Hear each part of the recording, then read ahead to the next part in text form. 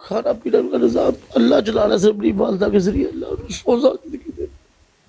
اور میری والدہ آپ کی والدہ کی ایج کیا ہے؟ 70-75 سال دی ہوگی.